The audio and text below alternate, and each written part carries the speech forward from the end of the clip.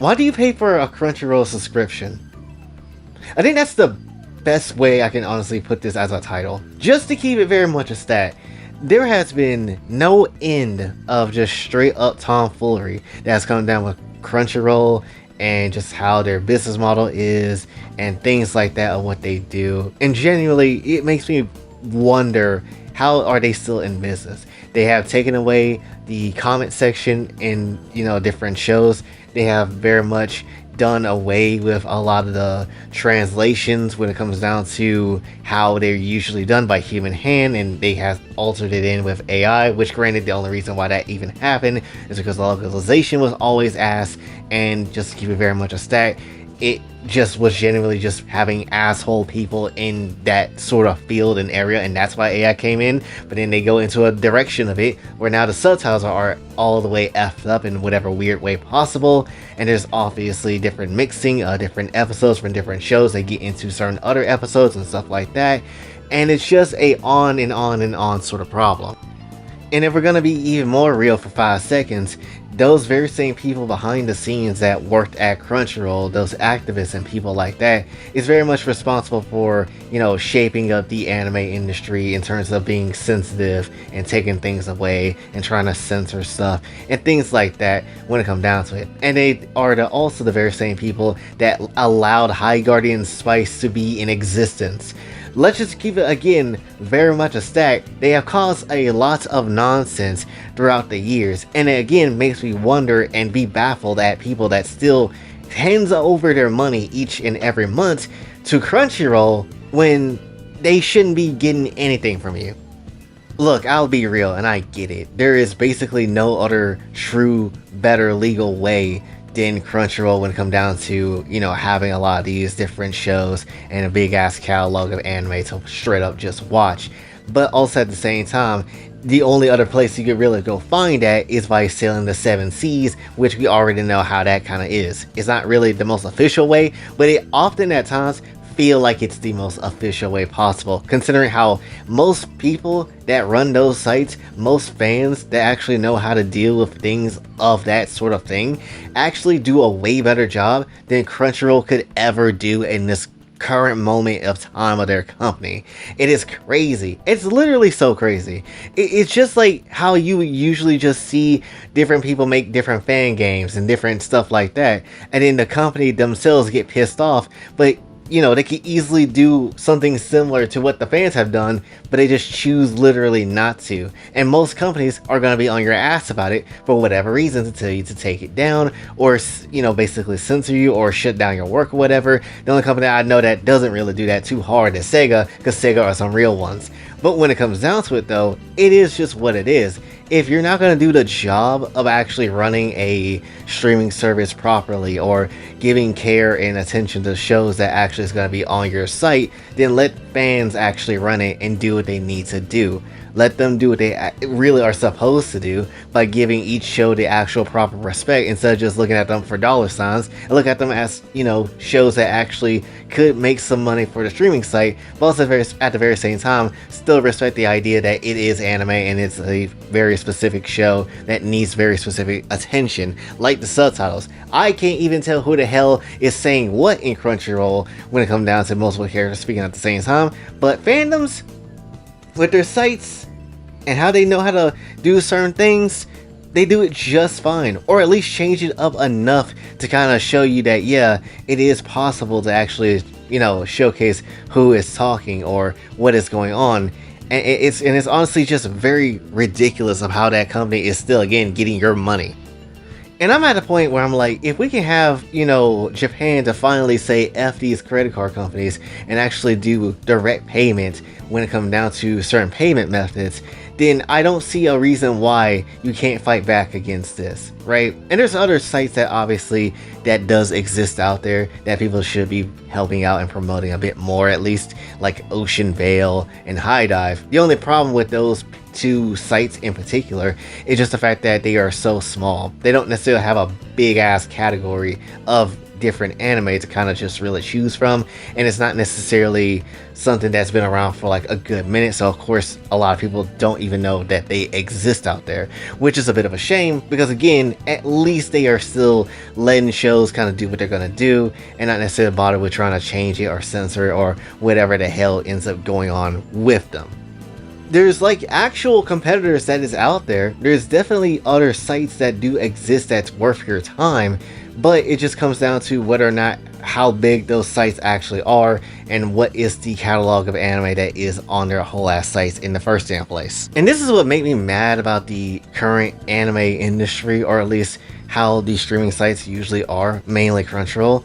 It's just the fact that they turn anime, this creative and big place where different people, nerdy ass people, could come through and gush about their favorite shows and characters, ends up turning it into an absolute business model where everything only matters is just money. The only thing that actually matters is just cash in hand, which that's always been a thing, but it's even more egregious and even more worse as time has gone on, where you would think there would be some level of respect to the consumer of who's actually trying to watch these damn shows, but ultimately the respect is not even there anymore. That shit maybe has never been there in the first damn place, and it's a bit of a shame that we don't have that no more. Like, instead of actually letting people have places where they can talk about anime, or going as far as to provide multiple different versions of the same show, allow it to be freely to be watched in any shape and form, like a streaming service actually does, or at least should do, instead of trying to, decide which version,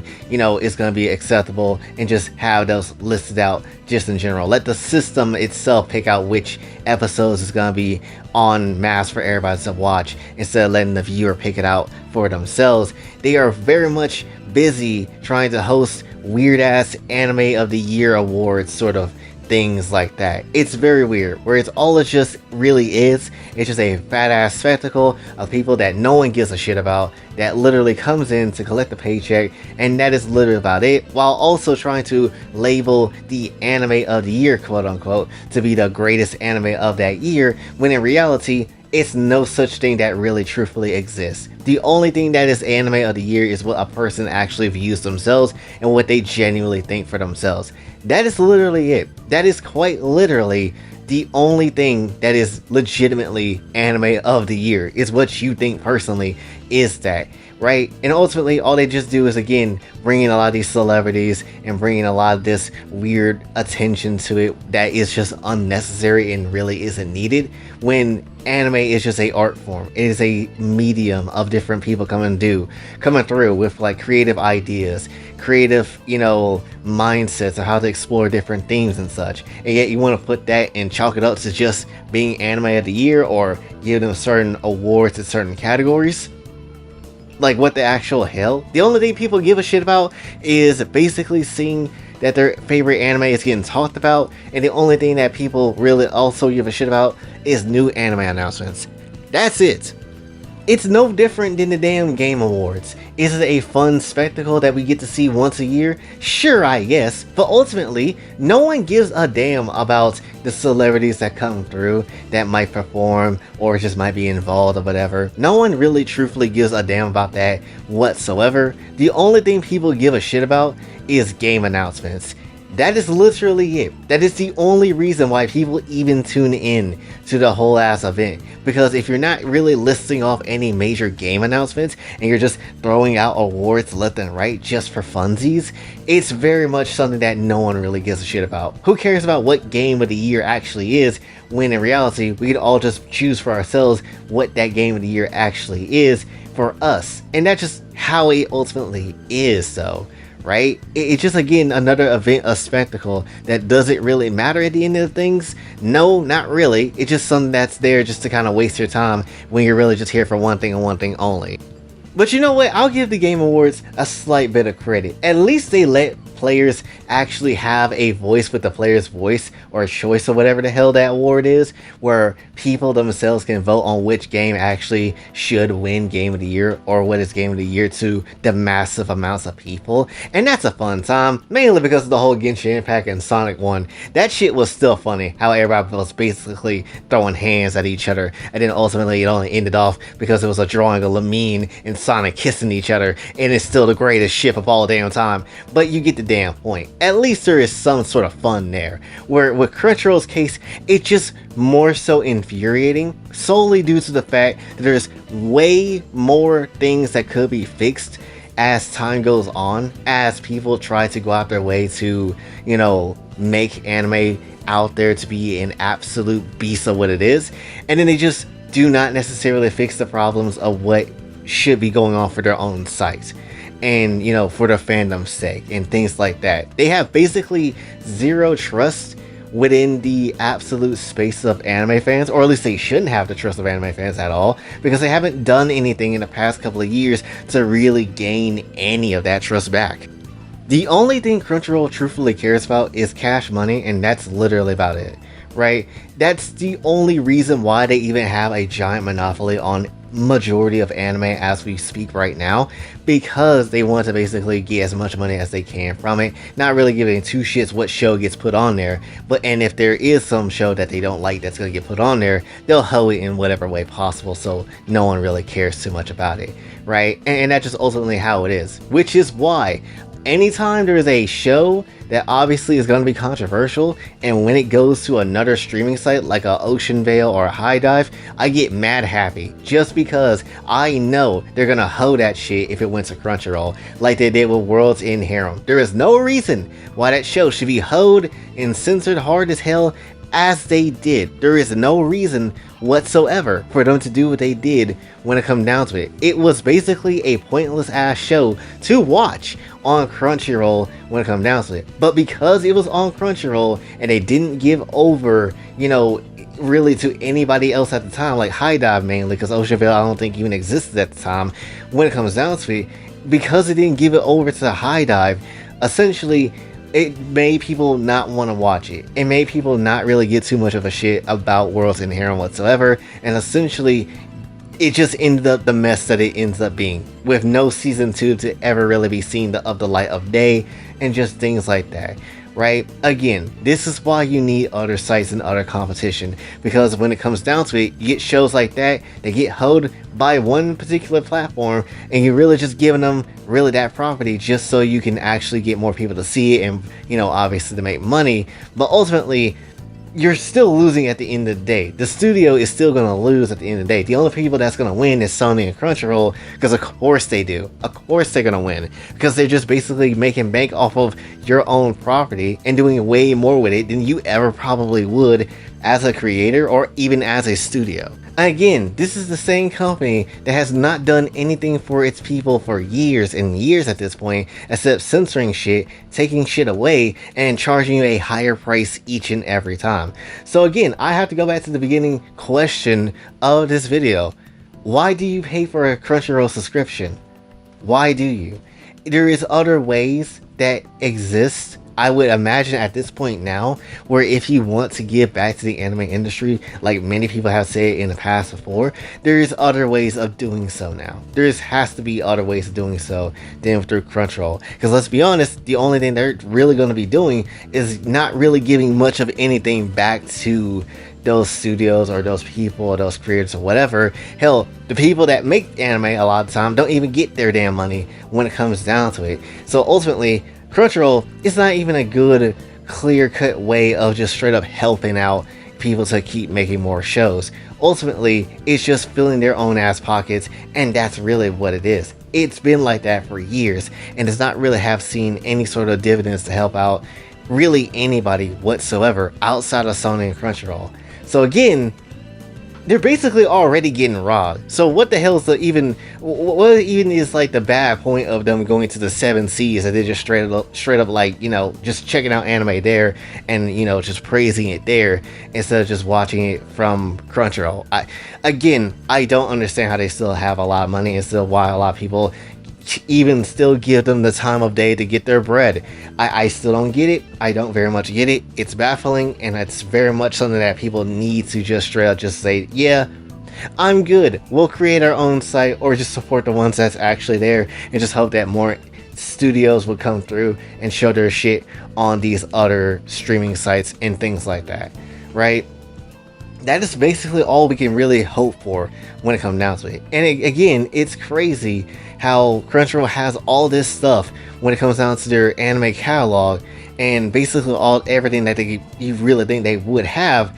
But then there's also shows that it's going to be missing. Again, this is why, selling the 7 Cs at times is also a pretty important thing to keep around. Because there's always going to be shows that they'll never pick up, or they'll never really bring back to their service.